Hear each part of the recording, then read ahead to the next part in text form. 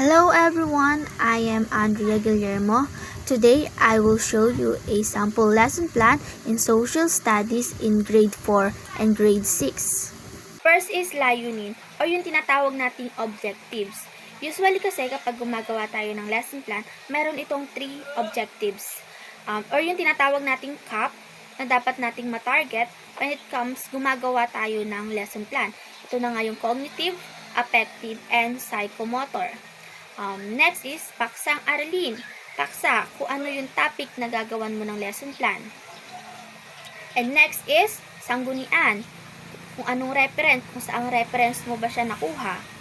And next is materials or yung kagamitan. Ano bang materials yung gagamitin mo kapag nag-demo teaching ka? Gagamit ka ba ng visual aid? Gagamit ka ba ng box? Kung anong materials, ayun, yung ilalagay.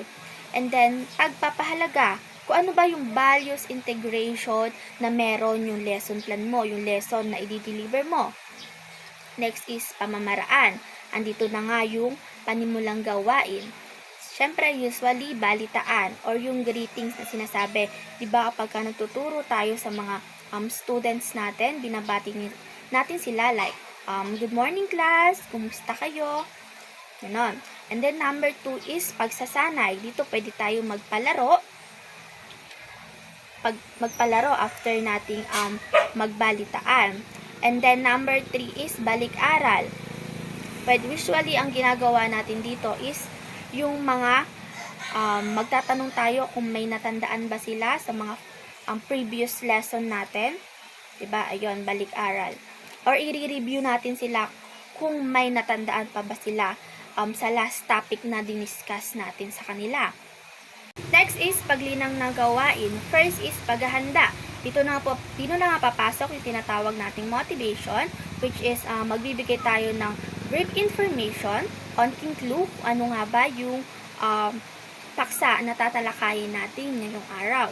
Next is pagbuo ng suliranin. So, based doon sa pinakita mong motivation, pinagawa mo sa kanila, tatanungin mo yung mga student mo about doon sa pinagawa mong motivation. Next is pananaliksik. Pwede ka dito magpabasa sa mga students mo about doon sa topic na tatalakayin mo. And next is pangkatang gawain. Dito na nga papasok yung group activities. Magpapag-group activities ka sa mga students mo. Next is pag-uulat o pagtatalakay sa paksa. So, dito na papasok yung discussion mo. Dito mo na ituturo, dito mo na i-discuss kung ano ba yung lesson na meron tayo ngayong araw. Next is paglalagom or sinatawag na summary. Dito pwede tayong magtanong sa mga students natin. Pwede tayong magtanong about dun sa diniscuss nating lesson. Next is pangwakas na gawain. Andito na nga yung paglalahat.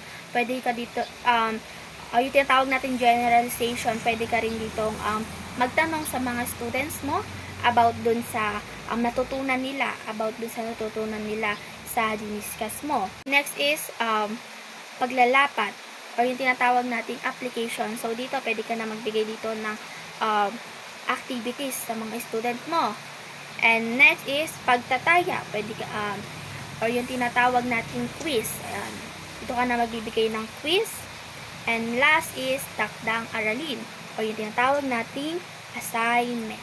So, this is all my part po. Hopefully, you learned something today. Bye!